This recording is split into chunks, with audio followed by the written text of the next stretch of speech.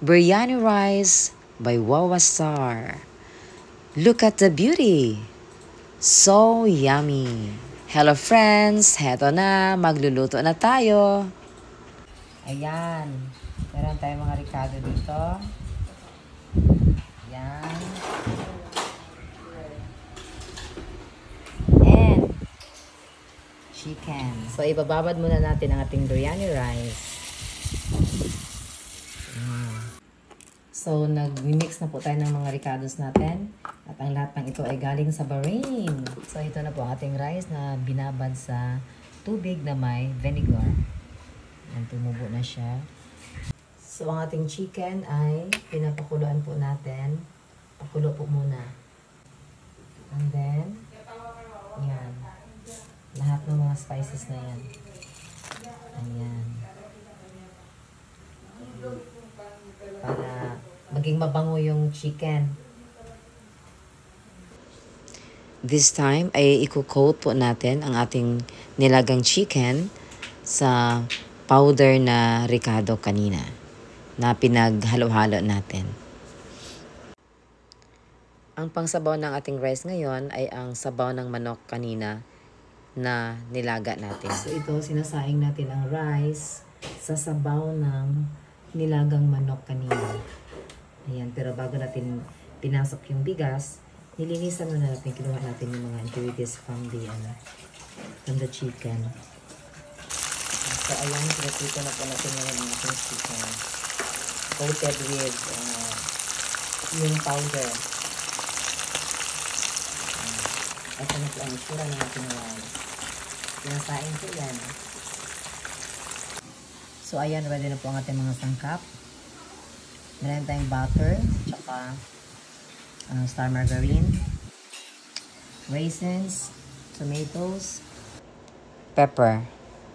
Then we have onions, pipino, carrots and chili, potatoes, and then pag-topping natin ng carrots.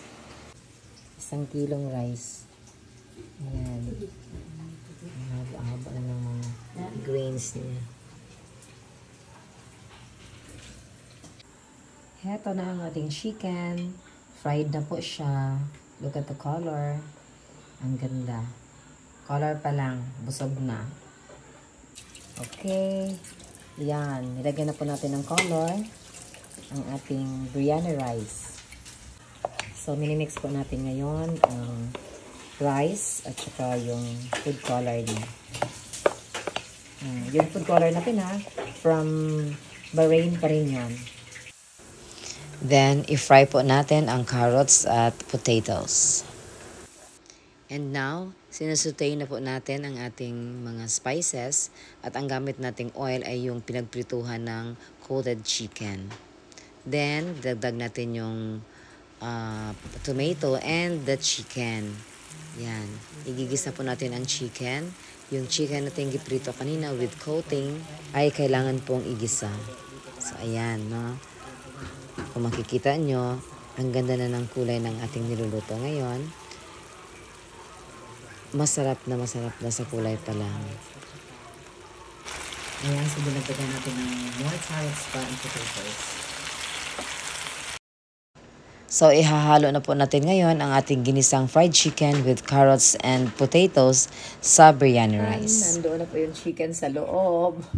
Patungan ng rice. And then, magkuha tayo ng isang lalagyan. Isang saingan pa. So, ang isa, hindi na natin patungan ng rice. Topping na talaga yung chicken. Okay, so nilagyan na natin ngayon ng slices of star margarine. And sa isa pang lalagyan. Kung ang isa, sinaing natin dito, low fire lang. Ayan. Ito po yung isa na may topping na rice. May chicken sa loob, rice, then chicken, then rice. With star margarine sa top. Then, maglaga po tayo ng at least 6 na eggs para pang-topping po natin sa ating biryani rice. So, ito na ang ating finished product.